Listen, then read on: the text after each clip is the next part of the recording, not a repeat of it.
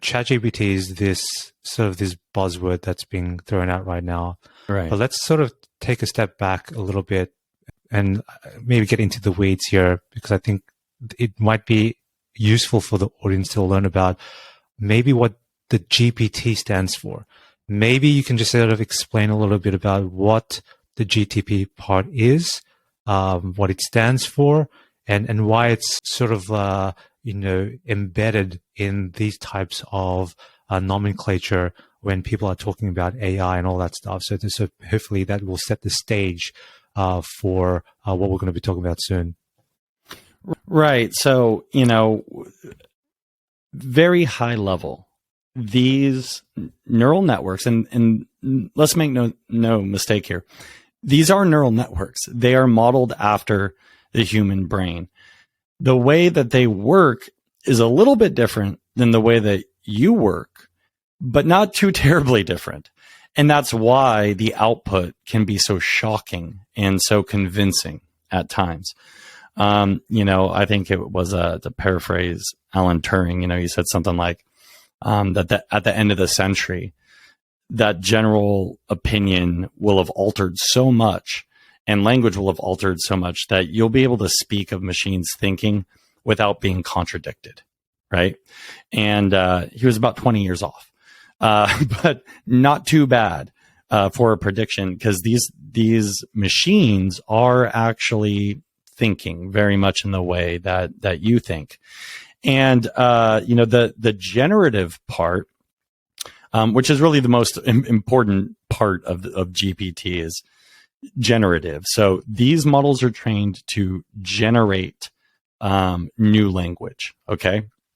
And how they do it is they basically have a series of layers, neural network layers. And at each layer, it has what's called an attentional mechanism.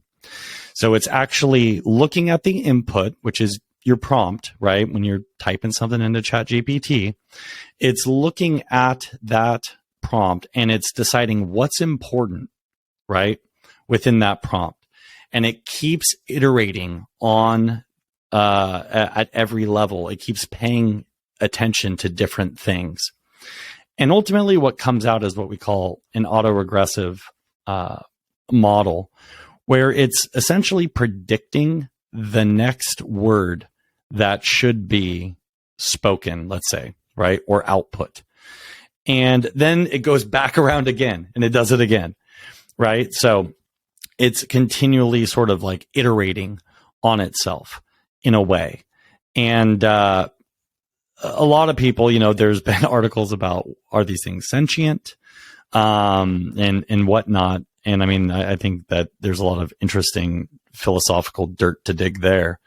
But at least the opponents of that view have pointed out, hey, these things are just word predictors, they're really doing nothing more than predicting the next word. But then that raises the question, how do they do it so well? And what are you doing when you're talking? And the reason why they do it so well is that the predictions for every word or subword within the vocabulary are based on it having churned through and looked at the meaning and literally have thought through multiple layers of attention in order to derive those probabilities for every potential next word.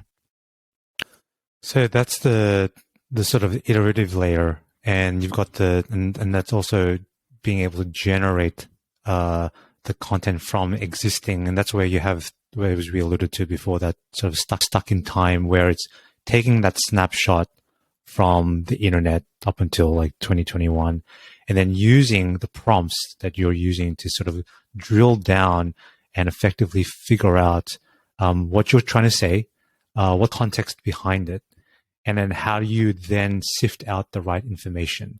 And is that really the sort of the pre-trained part of the pre-trained transformer? Yeah, I mean, all of these language models are essentially kind of like pre-trained.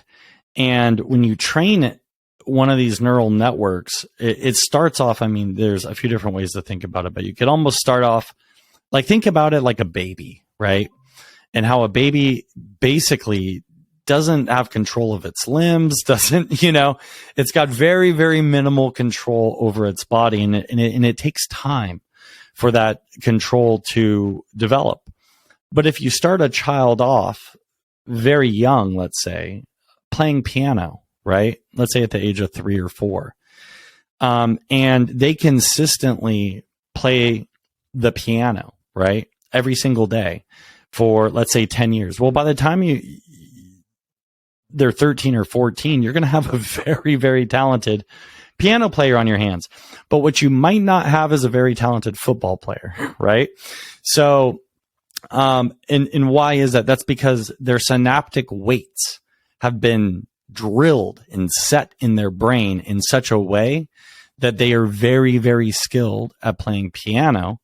But and of course, the human brain is built to generalize, but they're not going to be as good necessarily at something like football, right? Which is a far different set of skills. And what's interesting is that if you force them to go and play football, subconsciously, they will be drawing upon any little piece that they've learned from playing piano in order to become a better football player. So it's much the same way with these language models.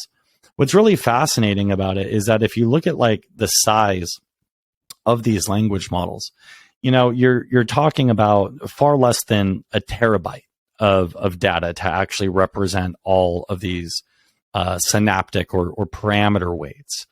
And what's super interesting about it is that in a way, the entire internet has passed through this neural network during the training process to set all of those weights. They're constantly updated, constantly adjusted during that training process. So essentially what you're looking at is taking petabytes of data from the internet and compressing it into a neural network, right? That's less than a terabyte to represent. And yet when you ask it a question, it can throw out all of this information that it's learned. So in one sense, these neural networks are super fascinating data compression structures.